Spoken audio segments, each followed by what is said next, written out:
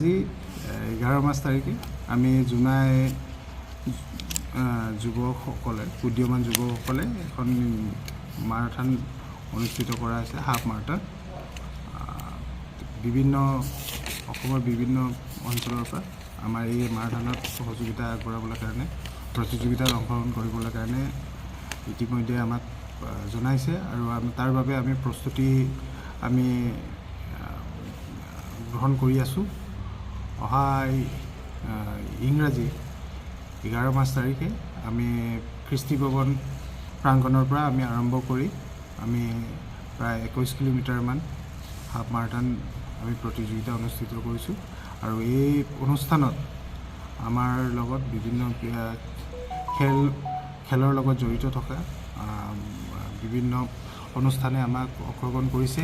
ইয়াৰ লগে লগে আমাৰ প্ৰতিভাৱান বক্সাৰ শ্ৰীমতী যমুনা বড়ো, তেখেতে আমাৰ এই ফ্লেগ অফ কৰিবলৈ কাৰণে আমাৰ ইয়াত উপস্থিত হ'ব ৰাতিপুৱা।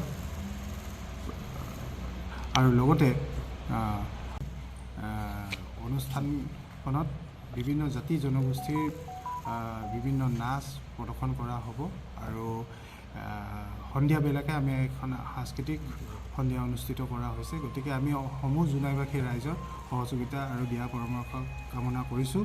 আৰু এই অনুষ্ঠানখন আমি গিমুৰ ফেষ্টিভেল হিচাপে আমি নামাকৰণ কৰিছোঁ।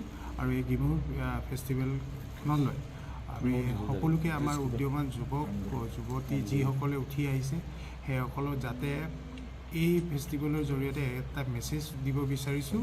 আমি বিভিন্ন নিচাজাতীয় দ্ৰব্যৰ পৰা কেনেকৈ পৰিত্ৰাণ পাব পাৰি আৰু খেলৰ জৰিয়তে কেনেকৈ পৰিত্ৰাণ পাব পাৰি, তাৰ বিষয়ে আমি এটা সজাগতামূলক এখন মাৰাথনো বুলি ক'ব পাৰি। আৰু লগতে আমি ইয়াত থকা বিভিন্ন দল সংগঠনকো আমি এই কাৰ্যসূচীত অংশগ্ৰহণ কৰিবলৈ কাৰণে আমি অনুৰোধ জনাইছোঁ।